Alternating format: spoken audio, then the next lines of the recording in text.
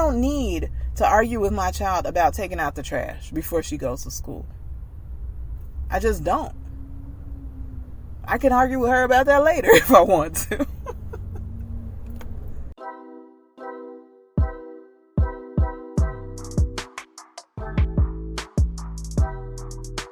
Thank you for tuning in to today's episode of Sharon Let's Live with Marlene Dillon, Empowerment Specialist. So, yesterday, first day of school, getting my daughter to school, when I found myself like stressing about like, oh, we need to get out of the house, we need to keep going, we need to move, I incorporated this new thing that I've decided to do about focusing on love instead of fear.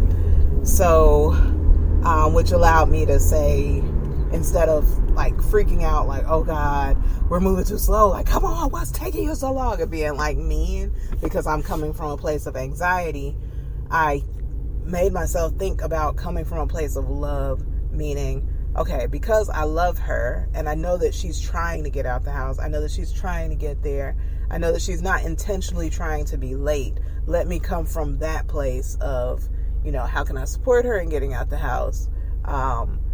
Is telling her, oh my God, come on, going to give her the best energy for her day, or is it going to make things worse, make her more anxious? Like I want her to go to school feeling peaceful and good and and happy and at peace. I said that already. But yeah, like I want her to come from that place rather than from the place of, like my mom is yelling at me, I'm anxious, I'm uncomfortable, she's just ruined my morning, all of that. And I think that maybe the reason I'm sharing this is also from a parenting standpoint, because I don't think I've done a parenting podcast lately. I mean, parenting comes up because I'm a parent, but I haven't really shared that sort of thing. So this is probably a good bonus podcast episode for parents to really think about how we are showing up for our kids, especially in the morning, as we're preparing them for school.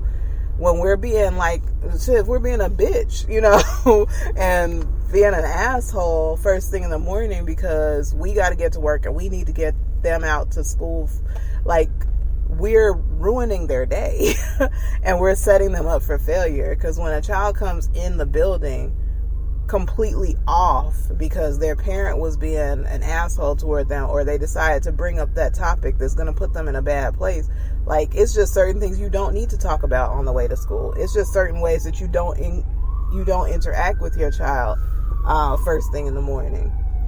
And it's hard because it'll be tempting and there are things that need to be covered.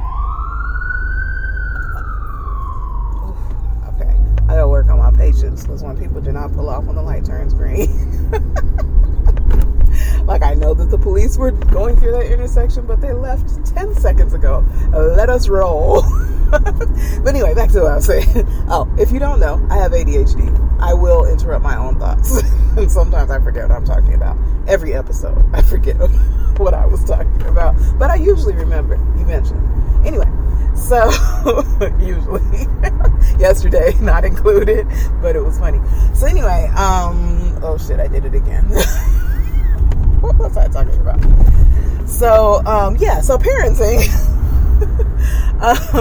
One other side note, if you hear like a lot of weird background sounds, I'm driving over potholes, my car is a little older, my window is taped with electrical tape, so please book me for speaking, I need the money.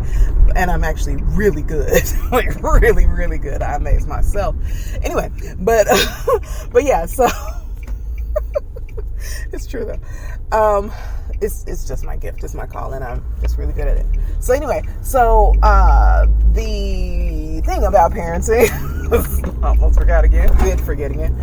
Okay, so the thing about parenting is that a lot of times we're kind of focused on the task that needs to be accomplished, and we're focused on maybe the tasks that aren't getting accomplished, and we come from a place of fear and anxiety. And the thing about it is, that I also talked about on the podcast episode yesterday, is that anger is a secondary emotion. Secondary meaning anger anger follows another emotion. So you may be feeling angry now, but before you were angry, you were scared. Before you were angry, you felt embarrassed. Before you were angry, you felt, I don't know, disappointed or whatever. And then it turns to anger. And what I also said yesterday is that when you're in a habit of practicing anger, you don't even recognize that there was something before, but you can train yourself to start paying attention, and you can train yourself to backtrack what happened, like what happened before. Like you can go back to when you were happy, and then you can try to remember what else was going on that shifted your mood. And it's a great habit to get in touch with what's going on with you, so that you don't just default to anger. You can experience the other emotions too, and that's what I'm working on. Because because I spent most of my life in anxiety, which is what the conversation was about yesterday. Because I spent most of my life in anxiety, I also spent my life very angry because I just got into the habit of anxiety, anger became like a dominant emotion for me because I was always in a state of fear. So yes, and so when we're dealing with our children and we're used to going from anxiety to anger, a lot of times instead of coming to them from a loving place of, I really want you to be on time for school today, so we need to leave the house. Instead, we come from that anger place and we're yelling and we're, come on, we need to get out of here. What's wrong with you? Don't you know that you got to get to school? School starts at blah, blah, blah o'clock. You're about to be late. Da, da, da, da. Like we end up over there instead because we're allowing ourselves to go to anger instead of remembering that our intentions are loving. We we love our children and we want them to have, to be successful.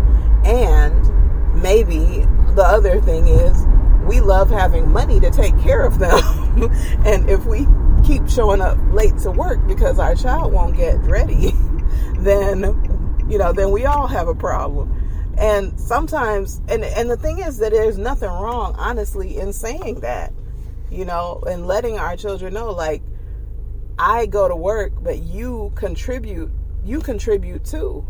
Because when you allow, there are things that you want, and if I don't go to work, I can't get them. So the loving thing for us to all do is you support me and I support you. I'm going to take you to school. I'm going to make you breakfast, or I'm going to purchase the items you need to make your own breakfast. And your job is to make sure that we get out of the house on time so that I can have the money that we need in order for you to get the things you want and for me to get the things that I want, and it comes from a more loving place than, oh my God, I gotta get to work. You're about to make me lose my job.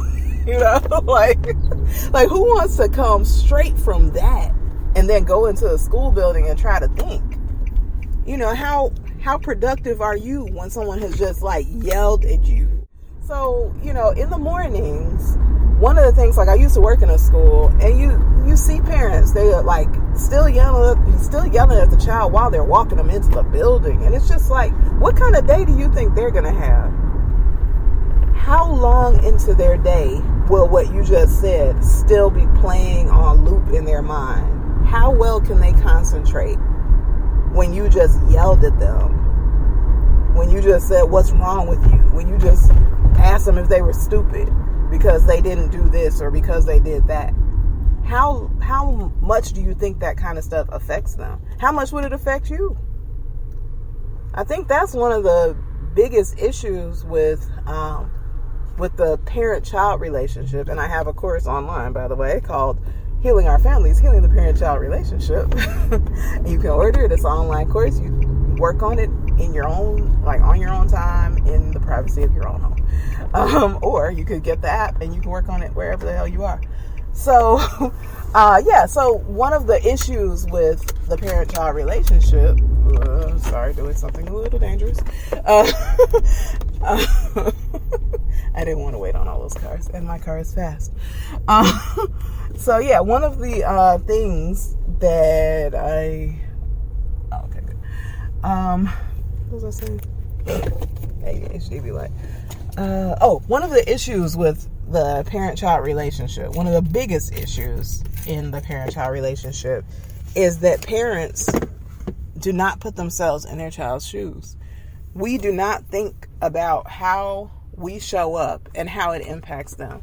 We don't show our children respect as another human being because we were raised that you don't respect children. You gotta, respect is earned and you gotta be over 18. You gotta be grown to get respect. But it's bullshit. Part of the reason that we have issues in our relationship with our children is because of that we don't give them common decency, respect. We don't treat them the way we would want to be treated. We treat them like they're worthless and like they don't matter. And eventually that impacts the relationship. You can only treat a person like shit for so long before they start to not like you. And a lot of parents are like, I don't understand why they won't listen. And it's like, do you ever listen to them? And like just me asking that question, like the face is like, wait, what? Why would you listen to a child? Because they're another human being and they have needs, wants, and interests as well. And it's those kind of things. So like, just like you wouldn't want, like imagine that you're a spouse, partner, bestie, whoever the fuck, boss, because that's typically the relationship that we have with our kids. It's like boss and employee in a sense. Except they don't always work. But imagine that your day starts with your boss saying like, what the fuck is wrong with you? Why won't you do da-da-da-da-da? This was supposed to be done. Why didn't you do that? Why didn't you do this? Why didn't you do that? All right, have a good day. Have a good day. Like, you're not going to have a good relationship with that person. It's just not going to happen, And that's the thing about, that we don't think about when we're dealing with our children, is that we send them off to school right after telling them that, that they're worthless, or telling them that they're fucking up, or telling them that, like, I don't need to argue with my child about taking out the trash before she goes to school. I just don't. I can argue with her about that later if I want to. Like, I understand that I'm mad about it, but I can put a pin in it and we can talk about that later, because I don't need, on top of her not doing her chores at home, now she's fucking up in school because I fucked up her day and she can't concentrate.